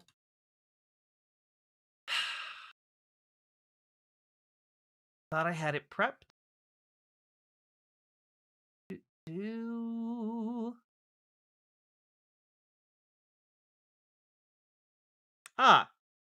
This goes a little bit further. Here you go. This is the increase in billionaire wealth from 2000 to 2024. As you can see, the tail end of 2024 spiking up again. Let's see.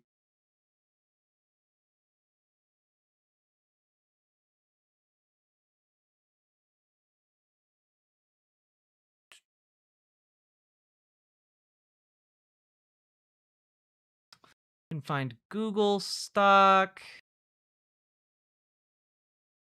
Oh, actually, you know what? Here's a useful little graph to help understand exactly what's happening.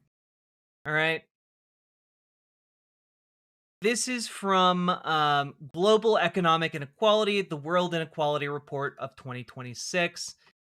Just going to throw this up here. Boop.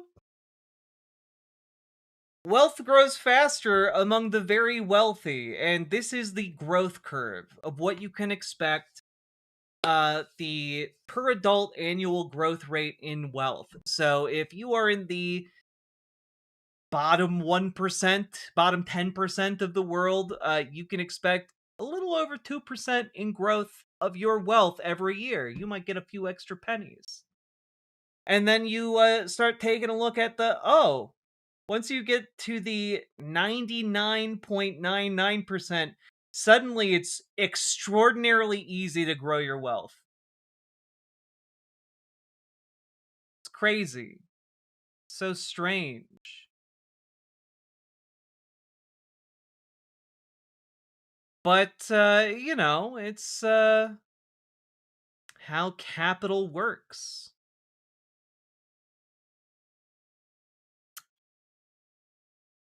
The culture wars are a smokescreen because the real fight in this country is not left versus right, it's top versus bottom. Thank you, sir. Thanks so much for being here. Thanks for being the first guest to ever appear only on YouTube. I'm honored. I'm honored. Thank you. Representative James Tallarico, everybody.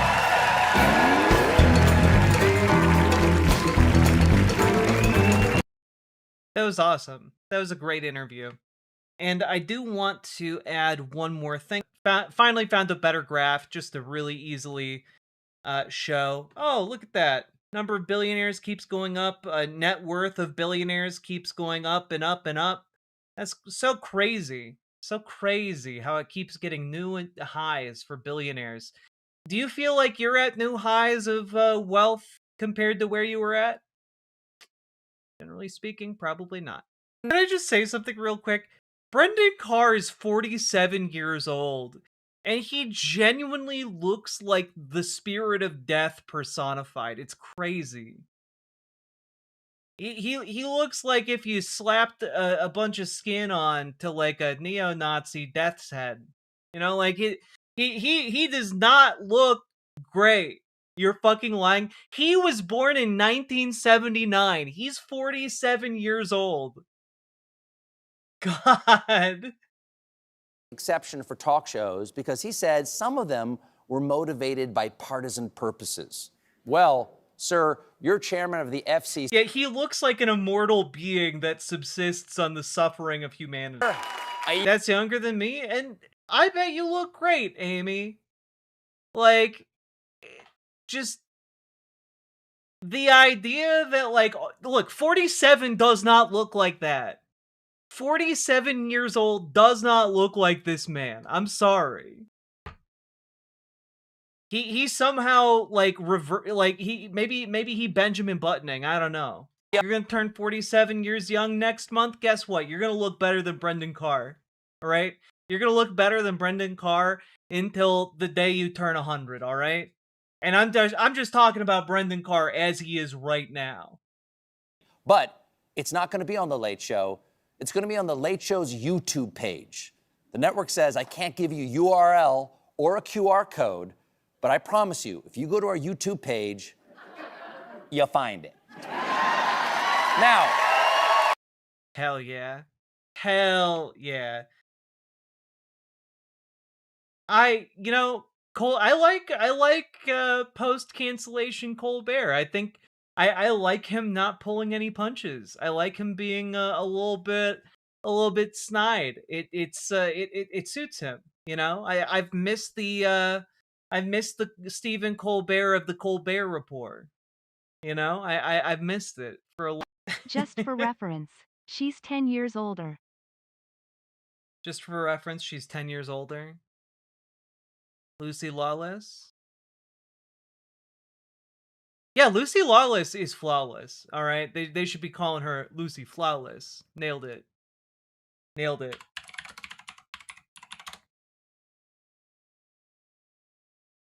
Also, just like... she looks so good. She looks so good. I'm not showing Lucy on screen right now. You all can have the pleasure of Googling how she's doing yourself. Incredible stuff.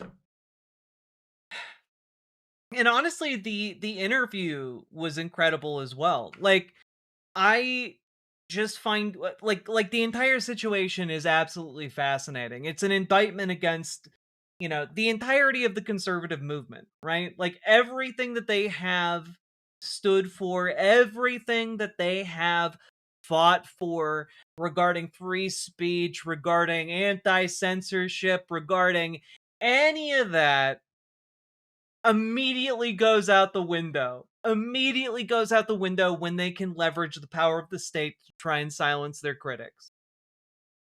It is laughable the degree to which conservatives so quickly turned on their own principles. It just goes to show it was always a crock of shit, you know? And like, it seems to me that this should be an entire disillusionment point on its own, you know? Like, the tariffs are another, you know, the international stuff with Greenland is yet another. River bait party mode, river bait wiggle, river bait party mode, river bait wiggle. The Epstein files should be another. This should have been another one, you know, like another wake-up call that is blisteringly obvious to anyone with their eyes half open. Like, I don't know, the fact that the Trump administration is personally stepping in to try and silence The View and the Colbert Report, not the Colbert Report, the Late Night with Stephen Colbert, it's a different show. really speaks to the fact that, like, we're in like a really interesting time. Omega Star, thank you for the 10 tier 1 subs. Very much appreciated. And Sake Tanuki, thank you for the 5 tier 1 subs. Very much appreciated. And I want to finish this bit here, so I'll just rush through it here. These people don't have principles. They will tell you to your face until they are blue in the face that they have principles. Many of them don't. Many of them are just here for the team sports. Many of them are just here to, you know, essentially root for the home team. And I gotta be honest, I can think of kicking almost no bigger hornet's nest in American television than trying to enrage the types of women who watch The View. Like, not that they were huge fans of Donald Trump before, but the idea that you are going to somehow reduce turnout in the midterms by going after The View and Stephen Colbert, you've just mobilized everybody. You just mobilized the entire liberal center against you. They're all gonna turn out. It doesn't matter, by the way, like, if there's a socialist running for office in their district, they're gonna turn out for that socialist just to spite Donald Trump. Which is why you should all start getting organized on the local level. Join your local Dems, join your local DSA, get involved, go to the goddamn meetings. I promise you, you can do it. If you need help, join our Discord. Reach out to GamerG for help joining your local DSA and making them effective. Reach out to Dragonfly for help joining your local Dems and making them more progressive. It is possible. But goddamn, we need to take advantage of this particular moment in time when Donald Trump and the FCC are kicking the hornet's nest of The View. Okay, radicalize your viewing liberal wine moms. Okay, it's time to bring the "I've had it" attitude to the libs who watch The View. Okay, that's our mission. You have a window. Go go go go go. We love socialism here, don't we, folks? It's true. And also, just want to say, to wrap it all up, I think James Tallarico is an excellent candidate. I think he should win, at least as it stands right now.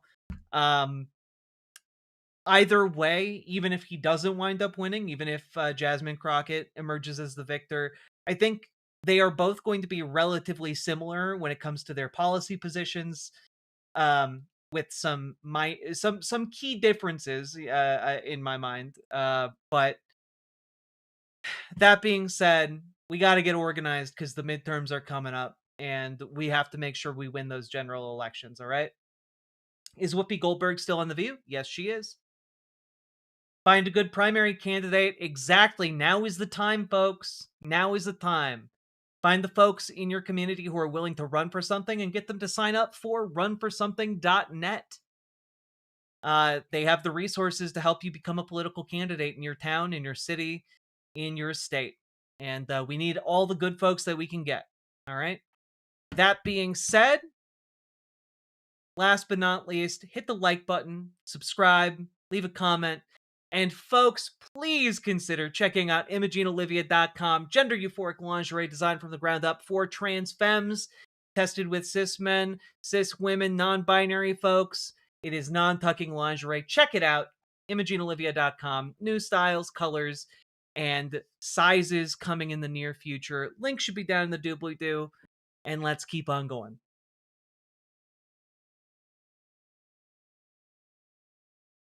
We did it.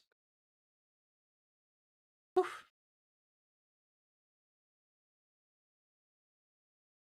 Damn it, Sake Tanuki. I didn't read your dono fast. Get to your dono fast enough. I'm sorry. John Oliver and John Cena are 1 year older than Brendan Carr, and they share a birthday. Same day, same year. Good God, John.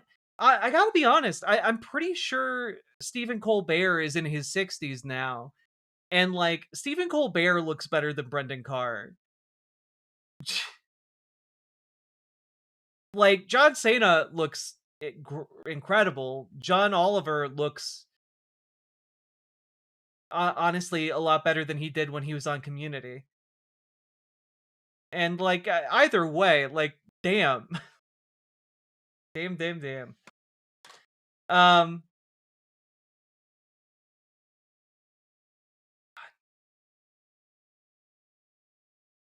No, I loved Twink Oliver.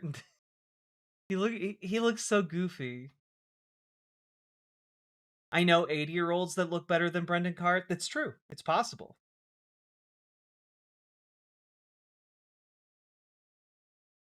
God, so many of the chats said at once, John Oliver looks British. It's true. He's a bit of a silver fox. Okay. All right. Ian McClellan looks better than Brendan Carr. It's true.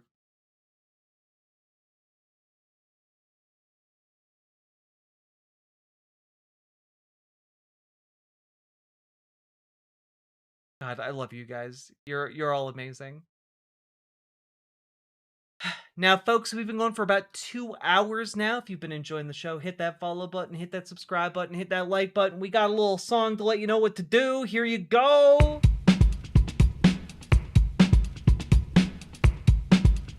Hello, Vox Syndicate. Go. Click a button. Click a button. Click a button. Click the goddamn button. Click a button. Click a button. Click a button. Click the goddamn button. Click a button. Click a button. Good night, Dragonfly. Click the goddamn button. Click a button. Click a button. Click a button. Click the goddamn button. Click a button. Click a button. Click a button. Click the goddamn button. Click a button. Click a button. Click a button. Click the goddamn button. Click a button. Click a button. Click a button. Click the goddamn button. Click a button. Click a button. Click a button. Click the goddamn button. Click button. Click button. Click button. Click button. Click button. Click button.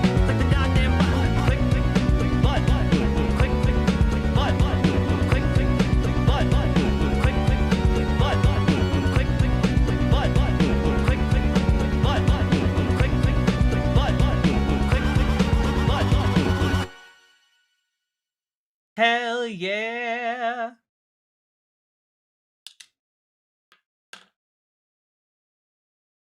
God. Okay, folks, I only had a short little stream in me tonight, so I'm gonna head off to bed. Tomorrow we'll have a more in-depth stream, perhaps.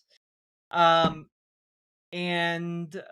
we'll reconvene and talk about many of the other stories that I've got on the docket.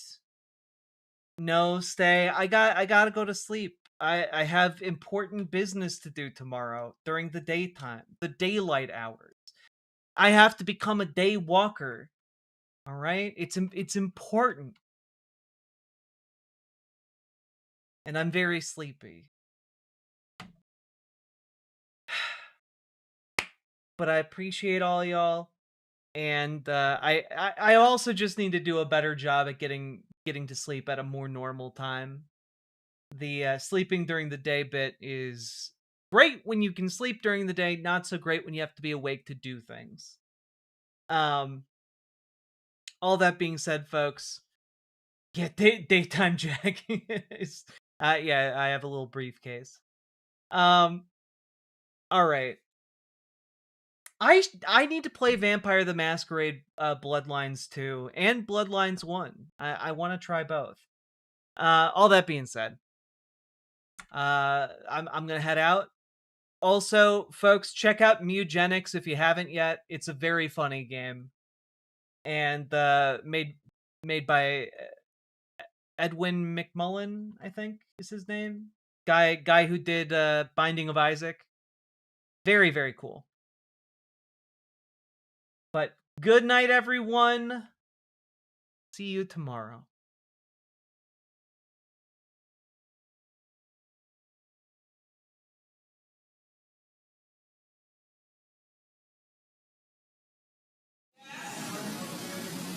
If